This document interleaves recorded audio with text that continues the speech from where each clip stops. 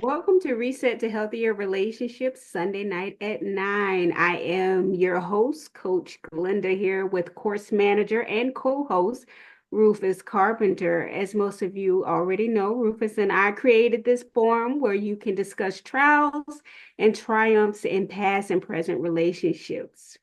We encourage everyone to share, speak their truth, and talk as much or as little as they would like. And just a few housekeeping rules before we move along. Let's mute our phones to allow everyone to be able to speak, to avoid background noise, as well as let's be respectful to allow everyone to speak their truth and get their comments in.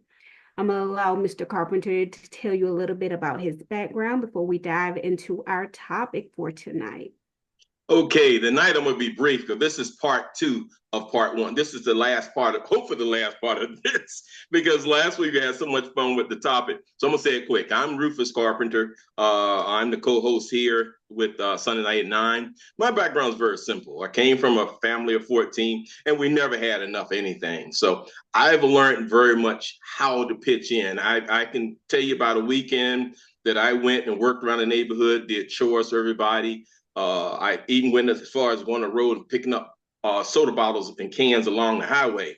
And all that work, and I was like 8 or 9 years old, and all that work netted like $35 and some change. And I gave it to my mom, and she reached down a hug and kissed me and said, "Baby, I love you." And she gave me $1 and something of it. "This is for yourself, Rufus." From that point on, I have been committed to being a team player, and it's like a helper's high. When I can help people and help the organization go along smoother, that does something for me inside of my heart. And that's how that's the essence of human connection for me. So I get excited when I even talk about it. Now I can just picture that moment with my mom. So that's the essence of human connection. My tour of duty for this didn't stop there. Also, I was married 27 years. And being married 27 years, you learn a thing about commitment. You learn anything about trust. You learn anything about fidelity. And you doggone sure learn compromise. And these are not so much necessary things for a successful marriage, but these are the things for a deeper human understanding of human relationships. Okay? Didn't stop there. I joined the United States Army, and one of my career jobs in the United States Army was human and race relation leader, where I had the responsibility of going and investigating any relationship or racial issues within our units. I'd be the first person on the scene. I'd do what's called an intake form when I would decide what level of responsibility or resources we had to throw at solving those opportunities.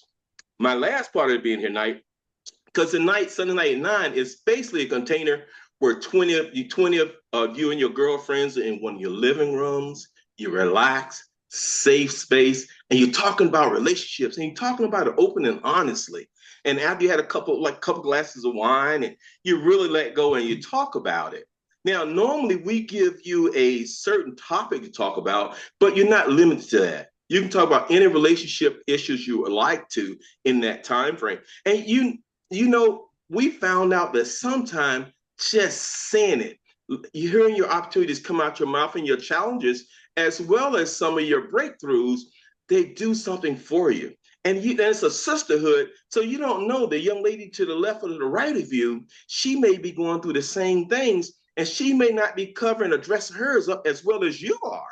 So when you speak your truth, you free her. She said, if this young lady can do it, if Glenda can do it, so can I.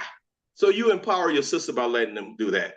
All right, Glenda, can I go ahead and update us from last week, catch us up, so when we go into this week, everybody know what we're talking about? Yes, you can. I'll do that. Okay. Now remember, the topic is manifesting the love you deserve, creating and attracting the relationship you want. Once again, manifesting the love you deserve, creating and attracting the relationship you want. Part two. We did part one, and part one was pretty fast paced. We went through a lot. Now, part one was about choices, alignment, and intention. And tonight we're gonna go beyond your past history, your past relationships. Because as we talked about last week, we talked about how your past relationship and expectations have kind of shaped where you're at and where you've been. So the message tonight is we're going to go beyond your past experiences, your expectations, and the pressures that society has put on Black women. We're going to shatter that. We're going to make a shift this week. So you don't have to worry about carrying that weight of that anymore. You don't have to know more about hoping and wishing for joy and love in a relationship. That's history now. We don't want to just do that anymore. We don't want to just write down what we want in our relationships, what we want in our love. We don't have to write it down anymore. It's not about vision boards or writing it down. Now, don't get me wrong. Writing it down and vision boards are part of the tools of the process, but they're not the end result. The end result is, do you get what you want? And what you want comes with first, you got to have clarity. What's love for you? What's your vision of a relationship? What do you want out of a relationship? Because if you don't know what you want, how are you going to know when you get it? Then the next one was aligning your energy. Aligning your energy. You got to believe it's possible. You don't have to settle for what you had in the past. A lot of times the past shaped the way you're going to go, but you can break free. If that past has netted you negative and you haven't gotten the profit in your relationship behind that, switch, change, shift. We talked about taking action. We talked about doing more than just hoping.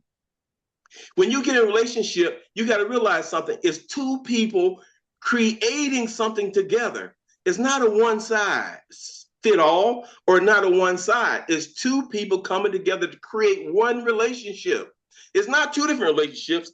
Even though it's two people, it's still one relationship. So you got to co-create that. So when we dived in, we talking about it's more than just wishing. It's more than just wishing. We wanted you to get clear on what you truly want. That was the first leg of the journey. That was step one. And then we gave examples of step one. And we got about, let's say, what do you want out of loving? What do you want out of being in a committed partner? What do you want? When you say, oh, I want to communicate openly, what do you really want? If you say you want a person that communicate openly with you, but everybody you've talked to is not a tight lip. You guys can't communicate. You guys on different planes. Like you out west somewhere, she's out east somewhere, or he's out east somewhere, and you out west. So you gotta kind of get it together. If you say you want somebody that communicate openly with you, but that's not who you always been choosing, you gotta make a shift. You gotta make a shift. And then we went to aligning your actions with your intentions. When you know what you want, align your actions for that. And I think we use example, if you want someone that's submissive or someone that can meet you at your level, then why are you gonna go get somebody headstrong that's gonna overtalk you, overpower you, and they just wear you out? So if that's your choice right now, if that's your choice in the past, change up. If it's not serving your need, change up. And then we went into example. We talked about the lady in relationship, and we talked about what are your priorities in a relationship. I think we start right there. I think right there is where we start, right, Glenda? We went further. No, okay. we only completed up to number 2. Okay. So we went into trust, relief, and receive. We went there? No, we didn't go past the example number 2. Okay, then good. Then we're on example 3. You're on. I would do too far. Okay, so tonight we're gonna be in example 3, and I'll turn it over to you since I got us caught up. Let me turn it back over to you, Glenda. Okay, no problem. All right, a woman wants a relationship where she feels valued and prioritized. Instead of continuing to date someone who keeps her as an afterthought, she confidently walks away, trusting that the right love will meet her at a place of wholeness, not compromise. I might have to take that back because that sounds familiar. I think we did tackle that example 3. I thought so too, but hey. Oh, you can please correct me if I'm wrong. Trust me, I'm not afraid to correct me if I'm wrong. That's fine. That's fine. The thing about this is you can never go over it too much. So no problem. We can touch it. We can touch it again. And with this one, the step 4 is the trust, release, and receive. You don't have to force love. You just have to become a person who attracts it naturally. This means trusting divine timing, staying open, and releasing fear. Love is not something you chase, it's something that you align yourself with. Ooh, that's a lot, Glenda. That's a lot. Let's put the kickstand there for a minute before we go into example. Let's put the kickstand there for. Can you go through that one more time? Because I want everybody to get this, because this is the week that we all get involved. Last week it was kind of like, man, what they're talking about, manifesting love and relationship. What the heck is a manifesting? I don't know about no manifesting. So last week it was like a mystery to everybody. Mm-hmm. So now that we've had the first half of this and everybody kind of understand it now we can all get in. So when you're talking about trust, release, and receive, okay, a lot of us know what trust is. And I think we kind of know about release, but receive, I think we may have some issues there. So read that again for us, and then we'll go ahead and dive into it. All right.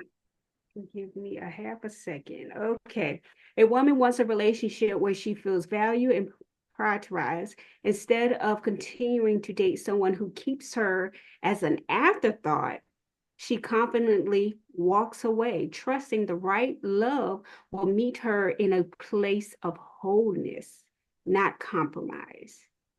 Okay. Step 4. You want me to continue with step 4? We're going to stop right there. Step 4, and then you can stop at step 4, and then we'll start talking about it, because by that time everybody's been caught up with us then.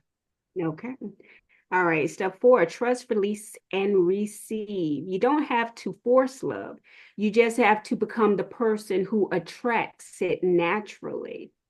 This means trusting divine timing, staying open, and releasing fear. Love is not something you chase, it's something you align yourself with. Okay, and the reason why I said that, because I think Mr. Ronald Kingdom, about 2 episodes back, not last week, about 2 episodes back, he kind of touched on this in one of his comments. He said, sometimes you don't, when you go chasing love, sometimes love follows you. You don't have to chase it and find it. It'll come to you.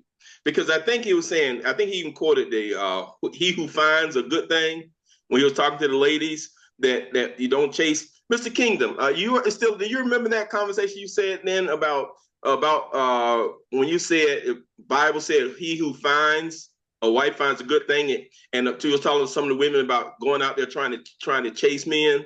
You remember that conversation? Oh, is he there? I think we lost him.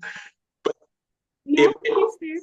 okay, all right. Then what he was saying then, and this is very important, because if you align yourself and get your attentions and prepare yourself, love will come to you. Mm-hmm. You will see it even when you're not expecting it. When you're at the mall shopping, or when you're out buying groceries, or when you go to meetings and clubs, when you go to church, when you go places, because you are already prepared, you don't have to get prepared. That's when the love will come in front of you. It's almost what in the movies they call a cute meet. In the movies they call a cute meet, where all of a sudden you and the right person, y'all lock eyes. And it's like, wow, you could be at a grocery store, agree to pick up a mango, and the lady or the guy across from you is picking up the mango, and y'all touch the same mango at the same time.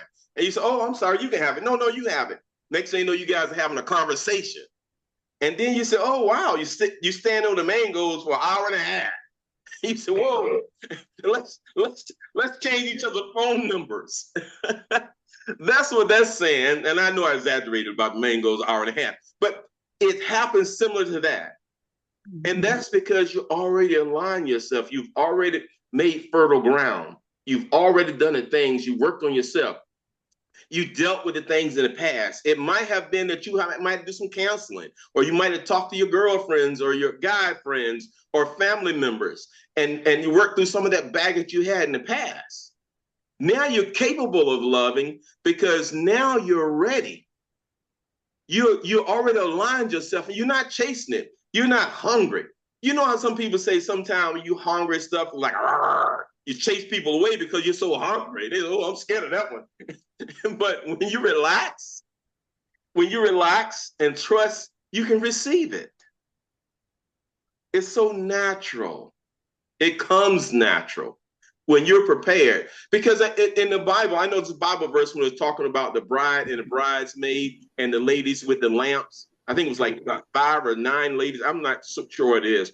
But I know the ladies with the lamp, and it was telling some ladies. Some ladies went and got some ladies went and got oil for the lamp before the bride came. Before the bride came, and the bridegroom came, and then the others said, "I'll wait till the bridegroom come, then I go get oil." So when the bridegroom came, the ones that had oil already was able to go. The ones that had to go buy oil, they missed out because they weren't prepared. Right. So this story is as old as the Bible. So this is nothing new. This is something we already know. If you're prepared, you don't. If you're prepared, you don't have to get prepared. You're already ready, and that's what that's saying. Anybody want to share any thoughts about that? About how, Yes, how it is when you yes, just relax and let it happen? I would. This is Annette. Go ahead, Hey, Annette. How you so doing? I'm good. So I think love comes naturally. I think we align naturally, but we're human, and once we align, we begin to dissect. We begin to put our humanness in there. They're this, they're that. They don't offer this, they don't offer that. We begin to look for what we mentally or what we physically think we want or whatever. But as far as the hearts and the matching, I think it matches naturally. We just we make a mess of it. And that's where the problem comes in at. That's what I believe. Yes, that is it. You hit it on the head. Glenn and I was talking the other day, and we had saw. I think we were corresponding with each other, and she said something that thought about night. And I asked her, I said, why do people always put themselves in messes? They know it's messed up. They know if they go this way, they're gonna get in trouble, or it's not gonna work out. Do you remember what you told me, Glenda? You remember that conversation? You said it's human nature because we want what we want and we don't. You remember how you shared that with me? I don't remember my exact words, but I do remember us talking about it not Yeah. too long. As I said, I was trying to say that that's human nature. Mm-hmm. That's just that's the way people act. Even regardless if they know that something bad is going to happen, they just want to continue and proceed as normal because it's just normal behavior. Correct. And that's why this is so important. You got to trust, you got to release, and you got to receive, and let it come natural. You don't have to chase love all the time. You don't have to go out there and make it happen, or force it, or will it, or guess it's going to happen. All you have to do is be prepared. Do your work. Get your half of the equation in order.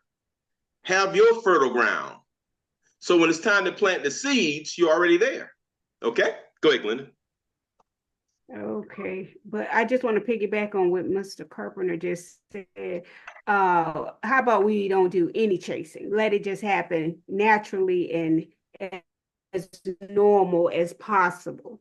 Because sometimes when you chase after something, it may not be what is meant for you to have, especially if you're chasing it. I don't think that God will align you with something that you have to chase after. Maybe work hard at it, but I don't think it's something that you literally have to chase after. And like Mr. Kingdom said a week ago, he that finds a wife finds a good thing. If you are a religious-based individual, you will know that it's really a man that findeth the wife. He findeth a good thing. It's not women that's supposed to be out there chasing it. If God wants you to have it, he's going to put it in your path. All right, we're going to move on to example number 4. A woman meets someone amazing, but she's so afraid of repeating past heartbreaks that she keeps her guard up. The relationship fizzles out. Later, she learns that true manifestation includes trust. She shifts her mindset, opens her heart, and let the right love meet her where she is. And I absolutely agree with her. This example just really piggybacks on what I just said, as well as what Mr. Carpenter just stated himself. And that example I see a lot of, and we hear a lot of in counseling. We hear a lot of that example, and a lot of times we hear it on both sides. We hear it on the person that's keeping the old baggage, and going and chasing people away, and they ask, well, what can I do to get rid of old baggage? Because every time I meet somebody, I'm so afraid that they're going to be just like the other person, and I just get frigid, or I just get to the point where I don't even let them in. I don't trust them. And that person, we had to sit that person down and say, okay, let's go through this. What are the things that's triggering this? And we have to go back. And sometimes they might have to go to a psychiatrist or a therapist to work through those triggers. Because Glenn and I, as relationship coaches, our job is not to go inside of your head. Our job is just to say where you are and where you want to go. You tell us where you want to go, and our job is to give you a direction there.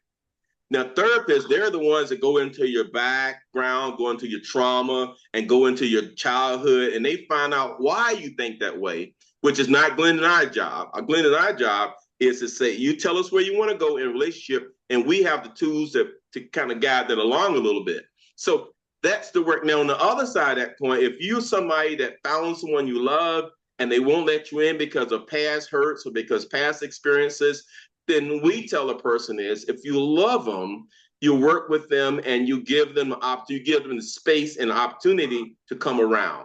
And it's by actually being consistent. If you're on the other side of that, you have to be consistent. Let your actions show. The consistency is the thing that will break some of those walls down with that other person that don't trust because of past baggage. When you have had a consistent track record, and a lot of time that track record is emotional deposits into that person. When you make those emotional deposits into someone that's not sure of themselves or someone don't have it all together, and your consistent track record, that builds trust. That's what builds trust. Anybody want to comment on that, what I just said? Because that's very important, because a lot of us have baggage from the past. I even have baggage in the past. Yeah. So anybody else want to share that before we go into the questions? Because we got four questions that's dynamite, and we want to get into those 4 questions tonight. But before we get into those 4 questions, anybody want to piggyback on example 4? Okay, no questions. Okay, you want to make any more comments to this example before we go further, Glenda? Well, I did want to mention, I've actually put it in the chat, but I'll say it out loud. That when you don't allow, someone, if you're not open and honest and you don't really allow the person to come in, you're more or less sabotaging your own happiness. So, you have to have clarity. You need to know what you want and where you want to go. So you won't sabotage yourself, because if you really desire a sincere, genuine relationship, but you're so hung up on the past relationships, how are you going to ever move on? So really, you got to let the fear go and move on with an open mind. And sometimes, being in a relationship is like, it's a daily risk, like when you go outside, you don't know what's going to happen. You don't know if you're going to get a car accident, if a stray bullet's going to, it's a chance that you take. No, we don't want anything bad to happen to you. You don't want any, run into any bad relationships, but at the same time too, it's a part of risk. It is a risk that you take when you start a new relationship or meet someone, but you don't want to sabotage. Because I used to do that after my divorce. It starts out when you're in that honeymoon phase in the beginning of the relationship, when you're all seeing eye to eye. And, oh, hey, how you doing? Talking to each other several times. Then as it fizzles out, the newness fizzles out. It's like, you start to like not so much notice the red flags, which you should be, but you start to like, oh, he's doing what XYZ used to do. And you start, trying to compare the two. And then before you know it, you'll start saying stuff. Well, where was you last night? You didn't call me like you usually. You start to sabotage you set yourself up for relationship failure. And so that's all I wanted to say. Okay, let's get into the 4 questions. Let's get into our 4 questions, because these questions are discussion for engagement. This is designed for the audience, you the audience. Now, you don't, once again, our policy stays the same. You don't have to say a word. You can get in for as much as little as you want to. You can answer the question, not answer the question. We're not trying to say, well, make you talk. That's not the issue of that. But we gave these questions because these questions were questions that will make you realize how you've dealt with this subject in the past. How have you dealt with actually attracting love to you? Have you been attracting love to you, or have you been repelling love from you? These 4 questions we're going to ask you now, we're going to work through. These are the questions that will let you know what you've done, how your past. Have you been expecting to find what you find, or have you haven't? And these might be the reasons why you happily single right now, because you didn't understand why you found yourself that way, or this is the reason why you may have said, hey, love is a struggle. It's just not for me. I'm just happy being over here. Everybody's be over there. And these 4 questions do that. Let's get into those questions. What's number 1, Linda? What is one belief about love that you had to unlearn? Let me repeat. That's an easy one out the gate. Okay, well, let me repeat it just for the audience.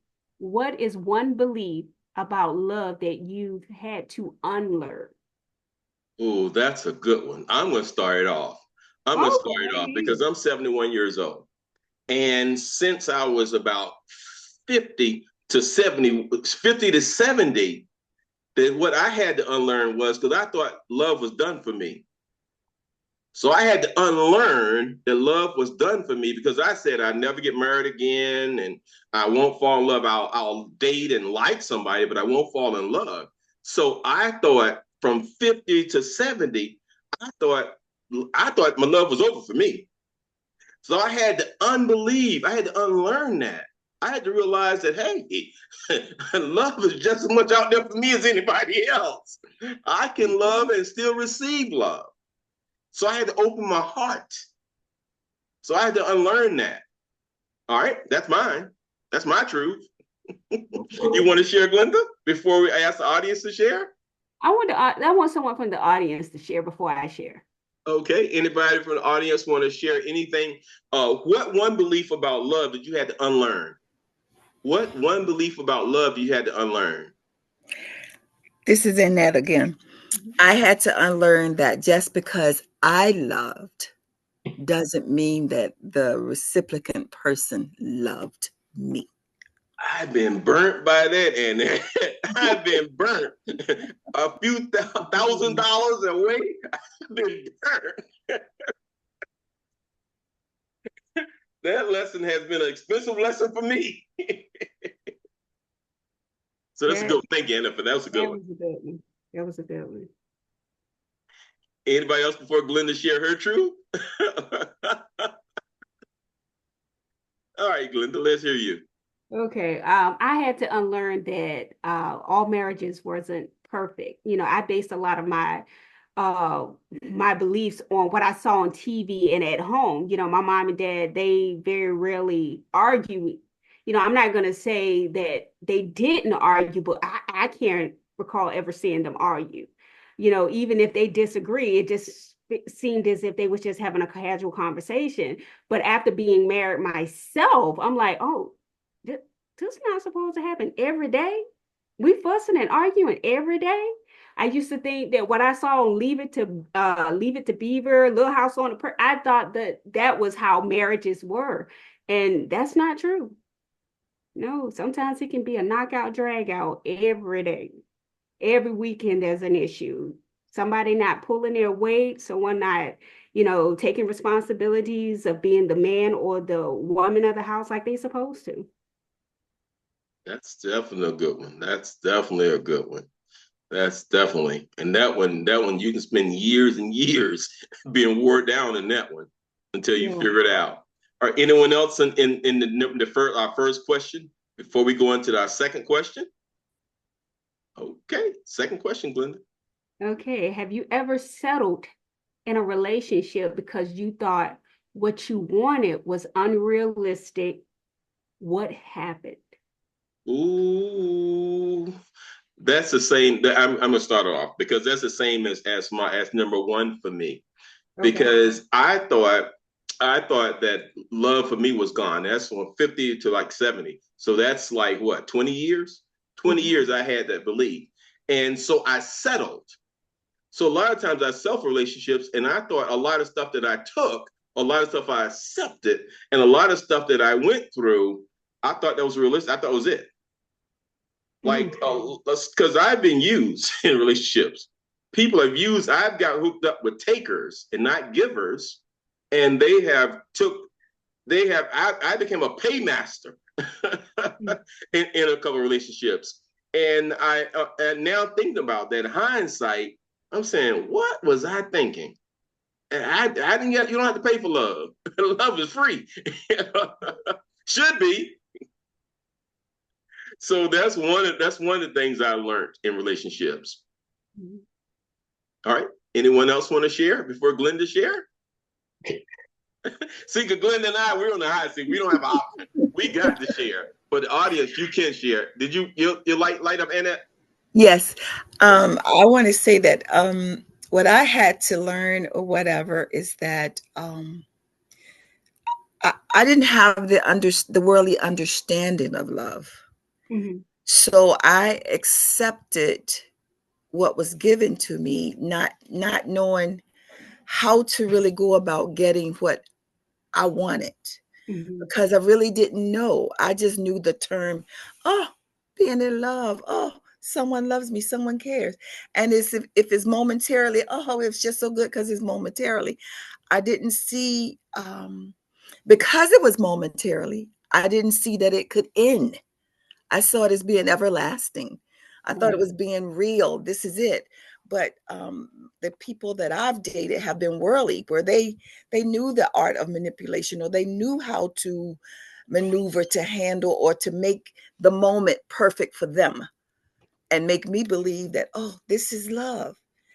I didn't have that understanding of love. So I was just stupid, because that's just the way it was. Wow. Anna, you come up with some amazing stuff, Anna. Shoot. I think we might have put up a third chair. No. You have some amazing stuff, because I can see where that's true. Because some of us are babe in the woods, where all of us are wolves in sheep clothing. Anyone else want to comment before Glenda weigh in? All right, Glenda. Okay, now I will honestly say I have settled. The last relationship that I was in for 15 years, I settled. I knew in the first 5 years we were never going to get married. I was like, no, I could never say I do to him. And the reason why I settled was because my track record from my divorce up until that current relationship, it was always the one before was worse than the one after that. I'm like, they just got worse. It was like after my husband, the next one was bad, the next one was worse than the one before. It was just terrible. So I said, well, I'm just gonna stay here.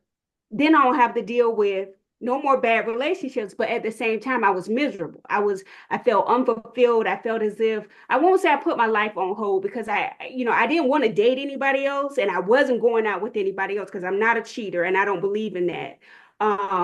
But I would still travel when my friends, hit me up. Glenda, you want to go out of town? Da, da, da. Sure. If the money and the time was right, I went.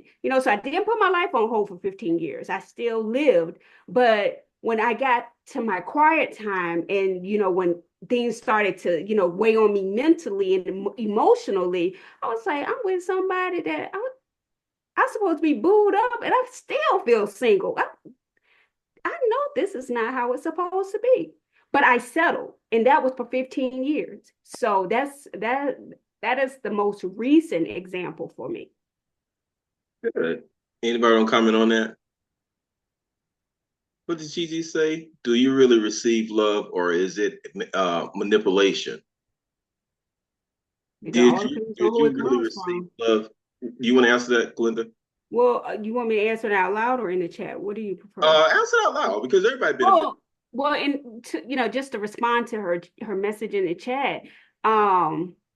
Read her chat. Okay, the question is, do you really receive love, or is it manipulation? Me personally, I believe that it's based on who the other party is, who's giving it, because not everybody that come into your life has ill intentions towards you. There are some people that God will align you with that really has your best interest at heart. And, the things that they're doing for you, He's like, oh wow, I done dated 5 men prior to you, and they've never done this. For prime example, the guy that I'm dating now, I tell you, I saw him sweep my floor. He took my trash out. He even pulled the trash can from the back of the house to the front of the house, and then after trash ran, he pulled it back. I asked a dude, "Can you pull my trash can to the front?" I said, "Can you pull my trash can?" Um, I said something to the effect of moving my trash can, but it was trash day. He said, "What you want me to do with it?" I said, "What?" I said, "Just like at your house, you have to pull your trash can to the front of the house. And when the trash leaves and it's picked up, supposed to move the trash can back."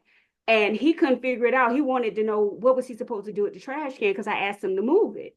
It just didn't make sense to me. So God will align you with somebody that will blow your mind in the first 15 minutes just by what they say and what they do. Don't just take somebody for their word because words are cheap, but your actions speak louder than words. Like I said, the guy that I'm dating now, sometimes I don't even ask for it and he comes through for me. And it's like, wow. I'm so in awe. I'm like, I've never had that before. I've never experienced that. But I know that if I don't say the right things or if I don't act a certain way, I could possibly sabotage this because like this girl ain't used to not. No, actually, I'm not used to anything because I'm not used to someone that takes the initiative, that is a giver. I'm so used to takers all the time. It's like, wow, it's amazing for me. It's amazing, but I do feel that there are some people that intentionally comes in your life just to manipulate you because based off the conversation, you'll just start rambling off about the things that you do, the things that you're involved with, and some people will listen to that and use it all against you. They'll sit up there, oh, she got how many jobs? Oh, I'm sure I'm gonna get my rent paid. I'm gonna get her to kick in on my kids' Christmas. I mean, they will literally take all the good stuff about you, your resources, even your income, and use it to their advantage, and they'll never give you anything in return. So you have to pay attention to that. But I do really believe it all depends on the individual that you're entertaining. So you have to make sure you allow yourself time to get to know a person. Don't just talk to them. Watch what see if what they're doing is lining up with what they're talking about, and vice versa. Okay. Does that answer your question, Gigi? Read her question again because I'm gonna give you a country answer. Oh, okay, not a problem. Thank you. It says, do you really receive love or is it manipulation? Here, I'm gonna answer what a country boy told me once. Here's what Okay. a country boy said. Country boy said, you have to get your picker, not pecker. You have to get your picker better. Meaning that you have to pick, you have to know which to pick. The person that's gonna love you or pick the manipulator. If you're But how do you know? right, if you How do you know? because you adjust your picker. That's a country boy answer. Okay. And then the second part, when Annette was speaking about what she talked about, she made me remember. I had a belief that I had to break up. My belief was, here's what I thought when I was younger, when I was real young, I thought love was, she was beautiful. I thought love was looks. If she was fine, I was in love. If she won't fine, I wanted when I was young. So I had to get that belief out, worked out as an early person, very early on. So I just wanted to share that. I just had to have some fun and let's share that. Then I had to get rid of that. All right, go ahead. All right, let's get into what are we in now? Number three, read number 3. All right, ready? Okay. What's one non-negotiable you have for a relationship and how do you uphold it? What's one non-negotiable you have for a relationship and how do you uphold it? Ooh, I know everybody's gonna jump in on that one. That's got Annette written all over that. That's got Sharon written over it, all over it. Stop putting him on the hot seat. No, I'm just saying that question from their prior answers before. You right about that, Rufus. When you said I got Sharon written all over there, you right about that. Because they have voiced that already. I'll go first. I guess my non-negotiable is honesty. I hate when somebody lie to me. Because if you lie to me, I don't know what to believe. Because when I fall in love with somebody, I believe what everything they tell me. If they say it to me, it's true. It's golden. I believe it. I will march on those orders. So they say, hey, Rufus, I love you because of this, and let's do this, let's do that. If they tell me I believe it's true, I'm looking forward to that. Mm-hmm. If they say they're going to do something, I'm looking forward to that. Come hell or high water, that's what I think they're going to do. When they show themselves opposite, I'm like bewildered. What in the heck? And then now how I handle it, I'll talk. I have a conversation. Look, let's talk. Let's talk, because I'm kind of confused right here. Because when you tell me something, I want to believe that's true. I want to believe that's gospel. I want to believe that I can hold to that, because I want to support you 150%. I want to be that person by your side that you can depend on, your ride or die. I want us to grow this thing together. When you tell me something untrue, I feel unstable. I can't support you because I don't know which way to go. So if you're not going to be truthful, then I can't trust you. We can't have a relationship. And that's the way I handle it. I give them one strike. The second strike, it's a wrap. It never becomes a third strike. My God, I've got a very easy philosophy. Very simple. If you can't change the mind, change the body. Just that simple. Okay. It's just that simple. I mean, why make it complicated? Life gets to be easy. Life ain't hard. Okay. Anybody want to comment on that, on number 3, which is what one main negotiable you have in a relationship and how do you uphold it? What's one main say it for me, Glenda, because I'm laughing. What's one non-negotiable you have for a relationship, and how do you uphold it? Anybody want to share before Glenda weigh in on that one? This is in that I do. Go ahead. My non-negotiable is stand on your word. Do what you say you're going to do. Now, things come up because anything can happen in you, and whatever you said or have me believing that you can do may not be able to happen as you want it to. But let me know in advance of whatever I'm expecting or believing or whatever. Don't leave me hanging, because I'm ready to fight after that. Ooh, and then I don't fight. I just change the body. I fight. By the time I finish, we might as well have fought. Ooh, that's awesome. Okay, and anybody else want to comment before Glenda weigh in on this one? Because what are your non-negotiables, and how do you uphold it? You know, some people can call this, what are your boundaries? We can put boundaries in the word non-negotiables. What are your boundaries? And then somebody put, we said something else we had. We said there was another thing we said, deal breakers. That's it, deal breakers. So this could be boundaries, it could be deal breakers, or it could be non-negotiables. All three of them are the same word in this sentence, in this question. Now, Sharon says, thinking I don't have a brain. Oh yeah. A lot of time men will think a woman's stupid, and a lot of time even the same sex relationships, one girl might think the other girl is stupid, and one guy in a same sex relationship, the other one might say this guy's I got him, he's an airhead, and they would take. That's what I've seen that a lot in gay relationships, that one will just clean the other's clock. I mean, really just take everything from them. Yeah. And that's something that I see a lot. So yeah, that's a good one. Anyone else before Glenda weigh in on this one? Woo! All right, Glenda, take us away. Okay. My non-negotiable is I have to be the only one. You can't be talking to me and someone else. You can't be sleeping with me and someone else. We can't be married and you married to someone else. I have to be the only one. And I say that up front before anything kicks off, before anything jumps off. I let them know up front, and that is your opportunity to say if you can comply or not. And if I can't be the only one, okay, well, if we just met, we won't be talking anymore. But if we're friends, I'm just keep you in the friend zone, because I don't believe in sharing a partner. I don't believe in sharing a man. I just I don't see how it works for anybody, but it does. But that's not the type of life I'm trying to live. Okay. I see you got one amen in there, Glenda, in the chat. Okay. All right, Ava, thank you. Any more comments before we go into number 4? Any more questions before we go into number 4? Okay, let's roll into number 4. Okay, Mr. Carpenter.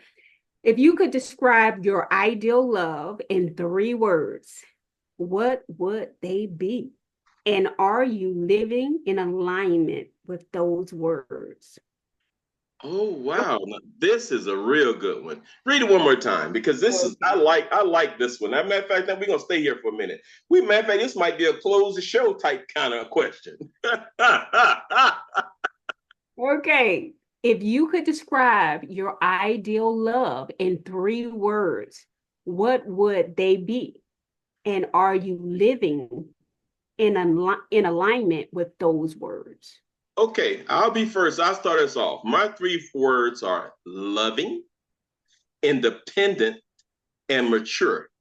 Anybody that gonna be in any kind of relationship with me, whether it's friendship or whether it's courtship or whether it's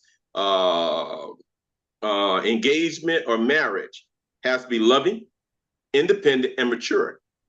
And was the last, how am I living in alignment with that? I'm living in line with that because I'm loving. I'll give you the shirt off my back. Remember I told you when I first described who I was, the helper's high.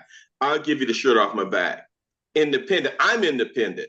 I don't need anybody to take care of me. My mom taught, my family taught me, and the military taught me how to wash my own clothes, how to fold my clothes, how to cook my own meals, how to go out and make groceries, how to buy my own cars, my own houses. So I don't need anybody for that. I need that emotional intimacy of a loving partner. And the person has to be mature. I don't want to raise anybody. Right. At 21 years old, I don't want to be doing a bunch of teaching. I don't want to raise. I want to say, hey, look, at this time do this, at that time do that, at that time I don't want to do that. I don't want to do that. So that's my 3 words. My 3 words are loving, independence, and maturity. Okay. Anyone want to, before Glenda Williams? Yeah, mine's is give, take, and communication. You really got to explain that one because I know the communication, the give and take. I don't understand that one. Well, when you're in a relationship or marriage, it's a give and take. Okay, got You it. got to be willing to do things you don't want to do Yep. to satisfy the other one. Yep. And you got to endure and take things to keep happiness within. Yes. And when you do those 2 things, that's where the communication comes in to clarify it. That's good. That's a good one, Kingdom. Very Thank you. That's good. That's good. I guess happy wife, happy life, huh? You gotta believe it. Hell no. Hell no. Well, you got to explain that for real now. You got to come back now. Hell no. Like I said, it's a give and take. When you say happy life, happy wife, happy life, what if you ain't contented with what your life is? You always giving, your ass miserable. It's a give and take. No, it's an equal playing field. Now, don't get me wrong now. I'm gonna make sure my wife is happy, but then on the other side, I'm gonna be happy as well. It's give and take. That's where that loving yourself, being in love with yourself comes into play. You got to know what you want in life as well. I lived that for 18 and a half years. Always giving, giving, giving, trying to keep a happy wife, and I was miserable. Sorry about that. You understand? And then it still ended. Right. You got Exactly. to enjoy life yourself as well. It's an equal playing field. You know, when you get married, you become one. That's why I call it unity, union. That's one. Happy wife means shit. You miserable, she happy. But you know that No, that comment is used worldwide in a lot it of. is used worldwide, but it's misconstrued. You understand? It's I'm it's a learning true tonight. statement though. Now don't get me wrong, and I'm not bashing women or nothing like that, but it's used wrong. Okay. Granted, if a wife is happy, usually your whole marriage is gonna be happy. but yet and still you putting on a persona. You put on a persona. It's not you. Remember, I asked the question: if you could change one thing in your life, what would you change? I remember Nothing, that. right? Right. Nothing, right? So No. why you got to be miserable? She don't know that you're miserable because you don't let her know. Okay. You just all you go, okay. You like Eddie Murphy and Raw. Okay, okay. No, heck no. Okay. You keep her happy, but on the other side, you got to be happy too. You got to share it. You have to be fair. Yes, that's it. Communication. Long Okay. as she understand that, hey, I'm gonna keep you happy, but now I got to be happy too. And that don't mean bedroom and stuff. That means general. That's right. True. Exactly. That's now you said explain it. I hope that I explained it in a way You where people did. understand it. Matter of fact, you made me understand. So yes, thank you. Thank you. Like I said, sure, thank you, thank you, thank you. So great job, great job. Anyone else want to comment before we turn over to let Glenda comment? I think it was what's in the chat. I saw something in the chat. I couldn't read it. Gigi put in the chat, loving, supportive, and honest. That's good. Loving, supportive, honest. That's awesome. That's awesome. That's awesome. Because the same thing about me, loving. You need somebody to love. They need somebody to support you. Because if you don't have anybody that to believe and believe in you to support you and help you get your dreams, then Right. you don't have anything. What's the last part of that? I got the loving and support. What's the other one? Honest. Honest. And that's again, you gotta have somebody honest, because if they're not truthful, you don't know what you're following. Anyone else want any before Glenda weigh in with her three? I do. This is Annette again. Mine would be charismatic, kind, and supportive. Yeah, you have to explain that, Chris. You got to explain that, because yours is different than any. I never heard anybody say charismatic before. That's the first time I heard that one. The other two I have. I need a flair. I need someone that wants to engage into me, and I want to engage into them. I want us to inspire each other to be who we want to be. I don't want us to be ho-hum people. I want us to be lively people. I want us to be uppity with each other. I want us to boost our spirits with each other. I want us to be charismatic. And then I see now why somebody said show your face. So crazy. You be coming up with some good answers, girl.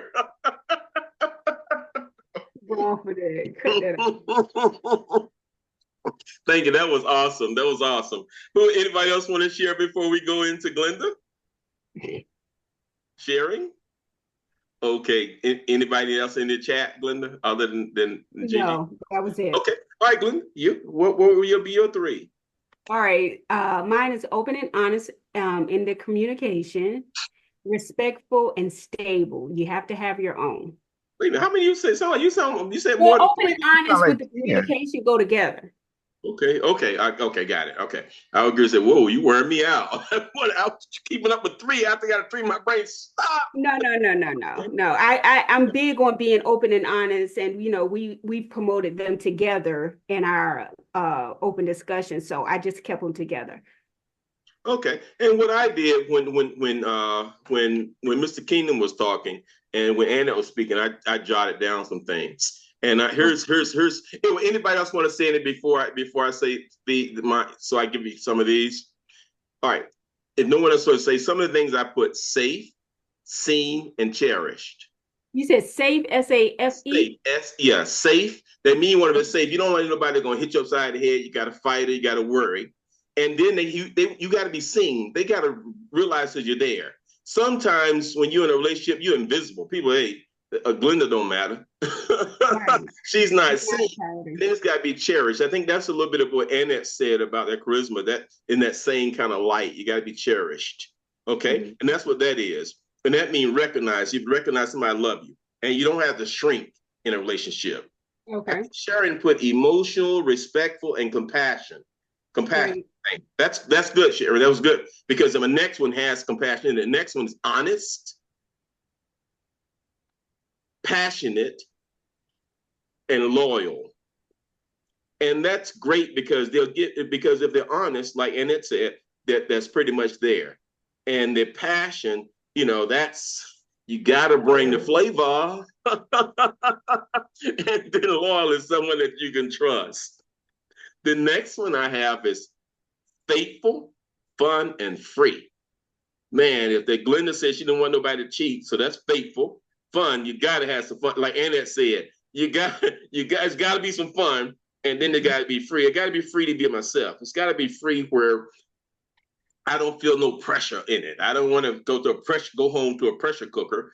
And what you put, faithful, okay. No. I just put what you said. Okay. And then the next one is respect, communication, and growth. And respect is they have to see me as a partner. They have to respect my worth in their relationship. And I think Mr. Kingdom said communication. Communication is key. And then the growth. If I'm in a relationship and I'm not growing, I'm stagnant, I'm dying, because a relationship's an ebb and flow. You never get the perfect relationship, but you got to grow. It's got at least got to be on an upward trajectory. So I have to grow. So if I'm not growing, it's not there. And then I even went a little further. I looked at it and say, look, let's take it if you were married. If you were married, what would be 3 words you would go if you were married? And here's what I said: if you're married, steady, intentional, and sacred. Study is the I've got to you got to be consistency. It's got to be steady. It's got to be where you've got something, you're safe, and your study's moving right along. You're still developing. You can stretch in different seasons. When the seasons are bad, you still study, you get through it. When the seasons are good, you still enjoy and get through it.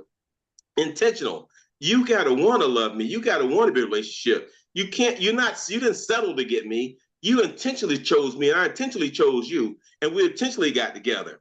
Sacred mean that I see you as somebody sacred. I won't cheat on you. I see you as somebody that, hey, I can't wait to get to my home where everything is great.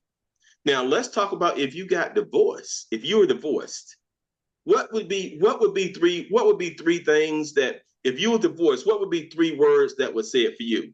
And here's what my 3 words if I was divorced. And I am divorced. So here's my 3 words. Peace. Wait a minute, did you say? Oh, let's go to first again. Peace, clarity, and self-worth. We all know peace because I don't want no more headaches. I had enough headaches. A lot of us, when we married, we had enough headaches. That's one reason why we divorced. We stopped the headaches. So we got peace. I got peace of mind. I got my own peace of mind. Clarity is, if I want to know why I'm divorced. Clarity is, I want to know I want to get myself back. And self-worth is, I value me. Because a lot of times when you get a divorce or something, it's almost like sometimes you feel like I wasn't good enough. I'm not enough.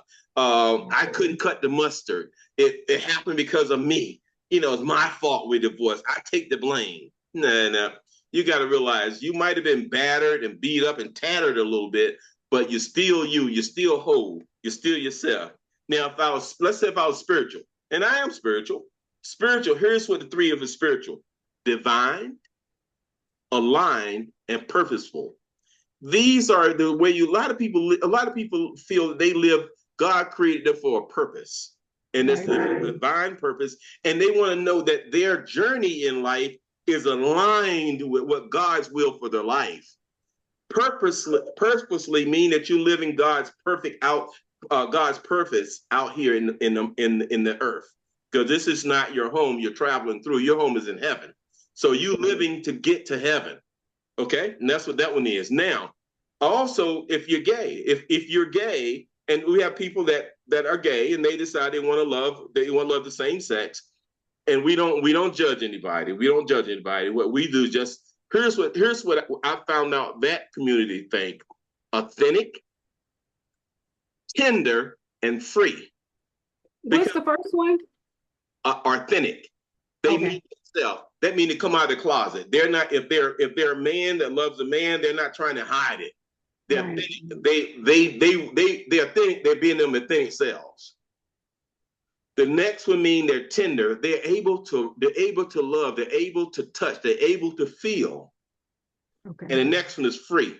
Now their mind is free. They're free to love who they want to love. And in a relationship, our thing is two people that want to love each other, there's no reason they can't be in love. That's, as a relationship coach, that's what we're taught, that two people that want to be in love and they love each other, they should be in love with each other. So that's it, Glenda. Glenda, I think we're about ready to wrap this up. You want to bring us home? Because we covered a lot, and we can go, this one, we can do another week on this one because so much to it. But I think we can bring this home, because unless if our audience want us to go more, we can do it one more week. But I think, because this is a never-ending story, the one we're on right now. Because when you manifest and purposely, it's a never-ending story. But right now, we can, if all minds, I like to say in church, if all minds and hearts are clear, we can end this one right about here. What are your thoughts, audience? Can we end it here, or you want to go at 3? What are your thoughts, Glenda? I want to leave it up to the audience. Audience. Continuation. Yes, what? You want to go another week, Sharon? I say we can go another week. This is Annette, because this was really pretty cool talking. Cool. Okay, Annette said yes. Sharon said yes, and I think Mr. King, you said no. yes. I ain't say yes. Oh, Sharon said no. All right, Sharon said no. Mr. King, what'd you say, Ronald? Continuation. I mean, go on, because you're speaking on divorce just now. 3 things, and I say continue. Okay. Because I'm looking at freedom and sanity, and then I'm looking at peace, as in a peace of mind. Okay. Right. All So right. I want to continue. That way you can speak on it. Okay. Okay. That way I can explain it. All right. So we got 2 to 1. 2 to 1. Continue. Glenda, you're the boss lady. So what we doing, Glenda? We can continue. All right. Part 3. All right, Glenda, take us home. All right, now. Okay, that's you laughing. Okay, well, we know that the love that you deserve isn't a fantasy, it's a reflection of your healing, your standard, and your belief in what is possible for you. I want you to walk away tonight knowing that you are worthy of love that is fulfilling, reciprocal, and joyful. The more you align with what you desire, the more it flows to you. Love isn't about settling, it's about positioning yourself to receive the love that honors your soul. We put together a detailed discussion, a handout summarizing key insight, reflection questions, and affirmations to support the audience on tonight on manifesting the love that you deserve. Let us know if you like any other support on your love journey. So as we go into our 3rd week of this topic, which is extremely exciting because Mr. Keenan brought, another side of this to our attention. I challenge you to move with the energy of the love that you want, speak it, believe it, and let your actions reflect that belief, because the love you seek is also seeking you. Also, Glenda, I want to see if we can get everybody a handout this week before next week, so they'll handout of everything about we discussed on this, so they'll have the whole length of this discussion, so they'll have that. And I'll see if I can get that in your hands before Thursday, and that way you have a chance, so you can have a chance to prepare for Sunday, so everybody have a study guide in their hand. Okay. All right, everybody. If you don't have anything to say, anybody want to say anything before we close out, because we're past that hour? Okay. All right, everybody. See you next week.